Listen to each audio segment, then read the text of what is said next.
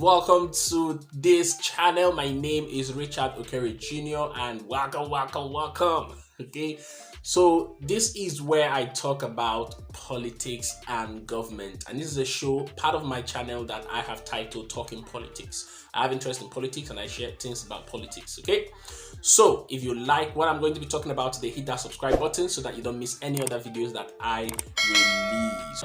So yesterday, the UK Parliament discussed the Endsars movement. Okay, so there has been a petition by Silas Ojo on the UK Parliament's website, the ePETITIONS website. So let me just provide a little background as to what the ePETITIONS website is all about. The ePETITIONS website is something that has been developed by the UK Parliament to make it possible for the public to submit and create and submit petitions about particular issues as relates to human rights, corruption, government issues, and it basically gives people a voice and give them this kind of access to the government that you don't find in a lot of other places. And I think it's a very powerful idea, and it has come to use during this Endsars protest. Okay, so usually what happens is that when your petition gathers over 200,000 signatures, they get to discuss it in the UK Parliament. And when it gathers over 10,000 signatures, at least 10,000 signatures, the UK government gets to respond to that petition. So the petition by Silas Ojo, a Nigerian, has garnered over 220,000 signatures as at the time of recording this video, and that was why it has been brought to the UK Parliament. So I thought to do a summary of the whole session. Okay, the session is about over an hour, about an hour and 30 minutes, and I know a lot of people will not go and watch that, but I want to summarize the whole session here and give you the main points. So the petition by Silas Ojo seeks to implement sanctions on the Nigerian government and officials because of their involvement in the Endsars protest and movement. So the first lady who spoke, Teresa Villas is her name. She made a case for human rights violations in Nigeria and the fact that it needs to be respected. She also pointed out the fact that Nigerians need to be involved in discussions, especially Nigerians in the UK, need to be involved more in discussions about Nigeria. She also mentioned about the UK's government involvement in security support for Nigeria. Did you know that the UK government, okay, has been financing the training of the Endsars unit? That I was shocked when I heard that. The UK government has been financing the training of the Endsars unit. In fact, they have actually gave that training in 2018 and 2019. They gave that training an A and an A and said the risk level was medium.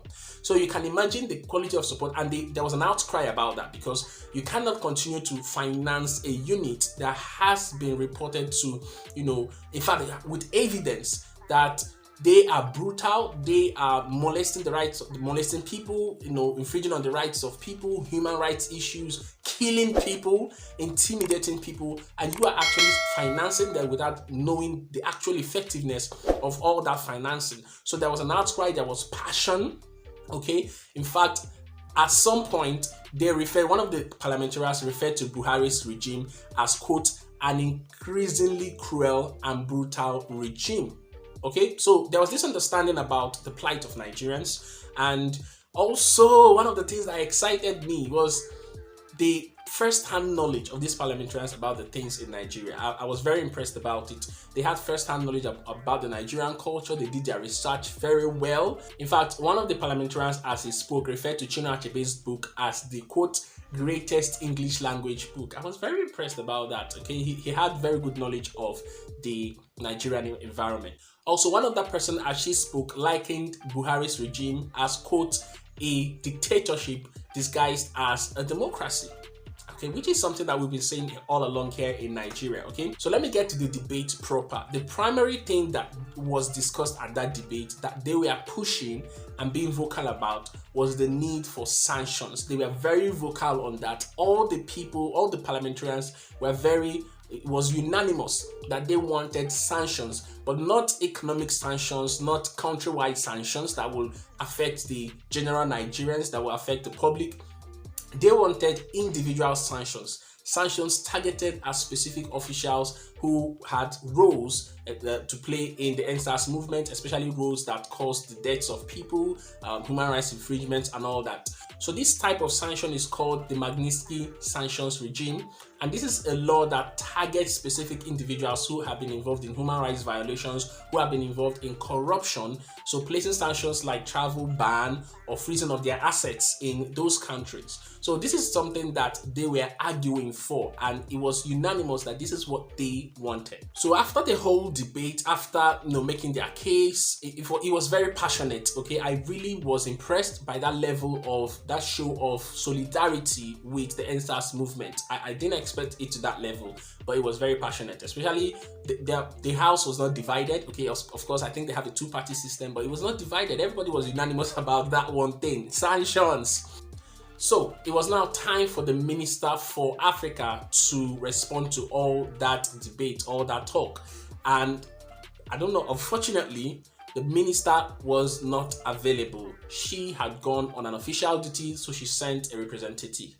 And to me, the representative went on and on, talking about the things that they have done so far, how they have been supportive of the Nigerian people, they have been supportive of the Nigerian government to train Endsars officials, to train the military, policing reform, and all those things. Okay, she sounded jittery, and of course, she didn't have first-hand knowledge about a lot of things, so she could not make substantive statements because she is a representative.